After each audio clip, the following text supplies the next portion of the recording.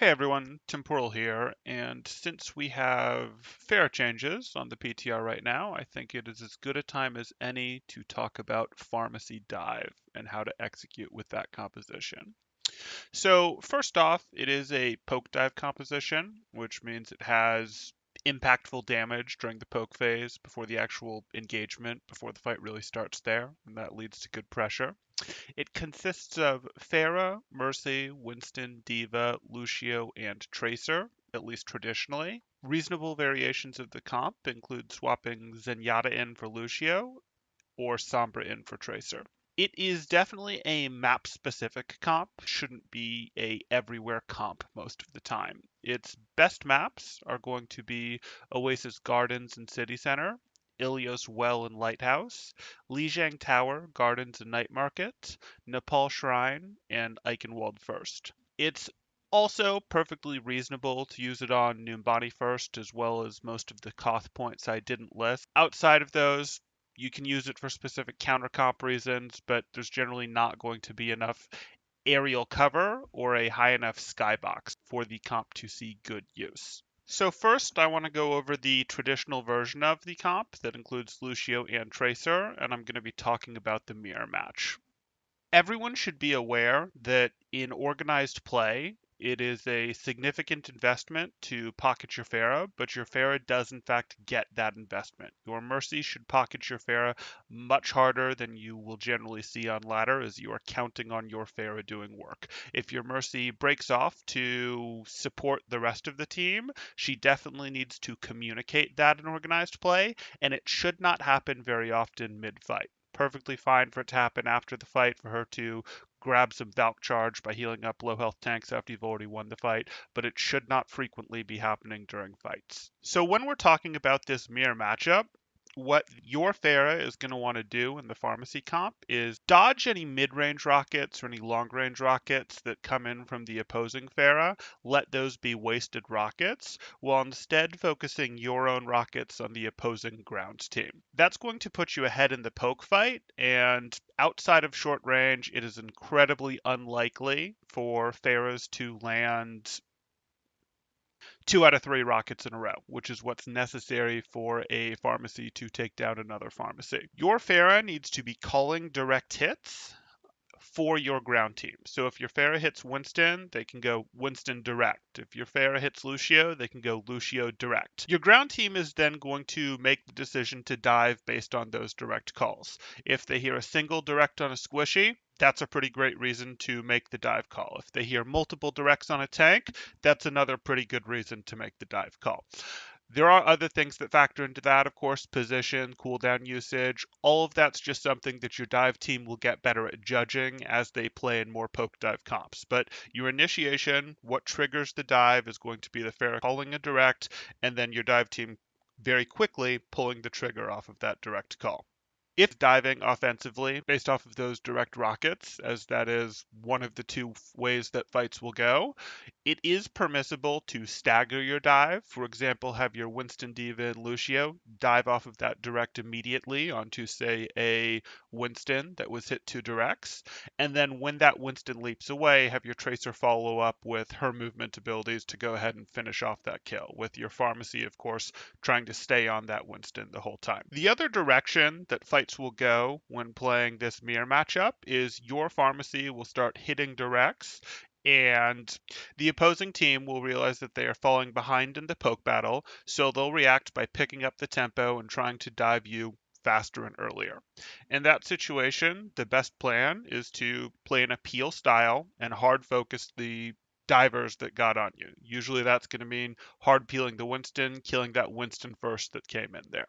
Whichever way you're taking engagements in this comp, if you're running the Lucio Tracer variant, killing the pharmacy is low on your priority list and should generally be done as a mop-up affair. Unless the Pharah massively mismanages her boosters, you are going to want to kill the ground team and then work your way up to cleaning up the Pharah with what's left of your team after you've already won the fight. Moving on to the Zen variant, it's all about leveraging the 2 different 30% damage boosts that you can get. So Discord Orb, plus Mercy boost on a Pharaoh Direct makes that rocket do 202 damage. Obviously, that will one-shot a squishy. This variant, it's not my favorite, but it does have a place. It's generally used well when your team, your flex DPS, is an absolute monster on Pharah. Maybe they're a Pharah main, Pharah's their best hero, they play the other flex DPS devs, but your whole team really trusts in their Pharah. And the reason that you use it in that situation is you have to completely count on your Pharah being able to force the aerial fight with the other Pharah and then win it very quickly. Now they're going to have help winning it very quickly because they've only got to hit that one rocket on the Pharah, the Mercy, whatever they end up hitting that rocket on because they have that Discord and that damage boost. But if the opposing Pharah dodges 3, 4, 5 rockets and is pouring their own rockets into your ground team is going to fall behind hard. And the reason for that is your ground team doesn't have much healing. They only have that Zenyatta with the Harmony Orb, and it's really on the ground more of like a 4 versus 3.6 that's going on. They have a Lucio, most likely, on their ground team that's going to do a better job of keeping their ground team up and can force engages on your team better with that extra mobility, whereas you're trying to defend with a Zenyatta who's put almost half of his value up in the air with Discord. So your ground team has to be very disciplined, do all it can to avoid engagements until your Pharamercy team wins that duel if you're running the Zen variant, but do be in mind they're not going to be able to do that forever. So if your Pharamercy doesn't win the duel quickly, you are going to lose out on the fight. And then the other variant, I'm going to swap back our Zen to a Lucio here, as that's the more base. And now if we swap our Tracer over to a Sombra, that's popular right now. Swapping Sombra into place for Tracer for all dive variants is very popular right now with where Sombra is from a balance perspective. It's going to want to be played in the same manner as that Tracer Lucio version. You do still want your direct rockets to be what cause your initiation most of the time rather than the hack. I know it's tempting since you have a Sombra comp. Oh, we can initiate with hack.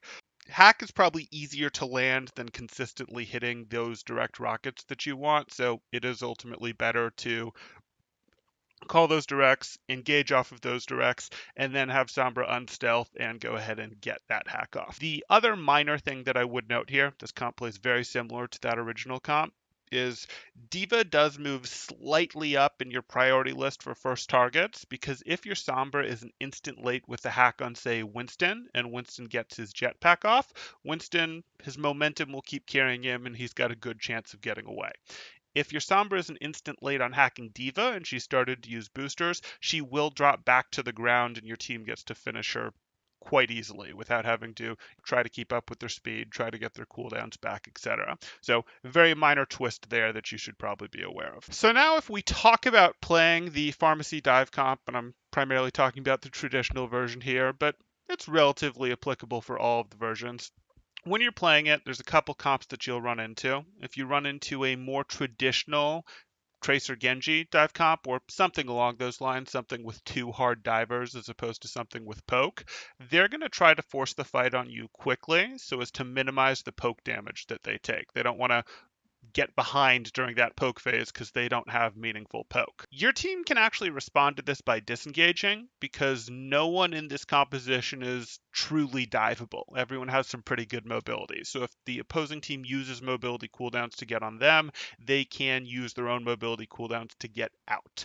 And they should generally do so for about one cycle and then re-engage using their mobility cooldowns. That's just fine if necessary. If you can do it without, that's even better. Once your Pharah has worked up a bit more of a poke lead for you, because you want to be leveraging that poke lead, turn that into a fight. You don't want to take a straight fight with a team that has an extra real dive DPS with them there. If you're playing Pharamercy Dive into Goats or regular Death Ball comp, it's really played just like it is in the mirror matchup into another Pharamercy Dive, where you let your Pharah kind of build your lead. You might want a bigger lead, particularly against Goats, than you would against a dive comp, but you let your Pharah build that lead, and once you feel you have a big enough lead, you go ahead and call and commit in on that dive.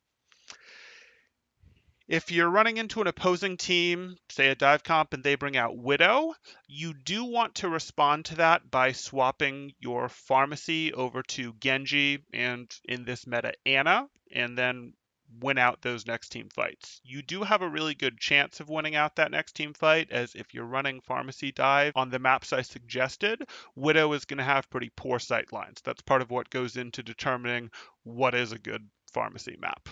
Even if it is a map with decent Widow sight lines, like Lijiang Tower Gardens, you still now have a better alpha dive comp. You're going to be better at taking those dives directly onto the Widow because you have Sombra Genji or Tracer Genji, and either of those are going to be better at punishing a Widow comp, of course, than a Pharmacy Dive comp is. The final thing that you want to be aware of, and this one is a bit of a doozy, is the Protect the McCree comp. If that comes out, you are hard countered and you must swap.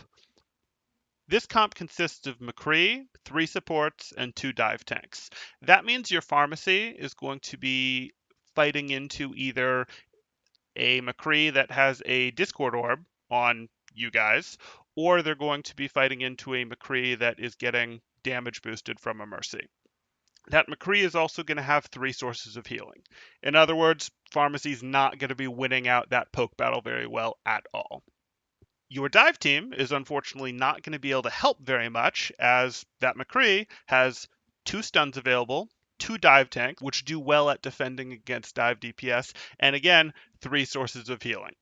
Not going to be able to overrun that with a partial dive, which is what you have when you're running poke dive. So what this means is you do have to make swaps. If you were already running the Sombra in the flank DPS spot, it's perfectly reasonable to move your Pharah over to Genji and your Mercy over to Anna, and then you have Cyber Dive.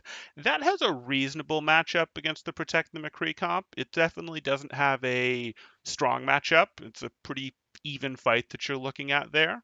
The other option is to swap to goats. That does mean a complete ultimate reset for your team, so you're going to have nothing to play with there, and that can be painful mid-match. But goats, in most situations, will just completely run over the Protect the McCree comp, so it is a very reasonable option. Anyway, thank you all for watching. If you are on Twitch, I will be going live in just a minute to answer any questions. Otherwise, let me know what you want to see next, and I'll see what I can do. Till next time, thank you.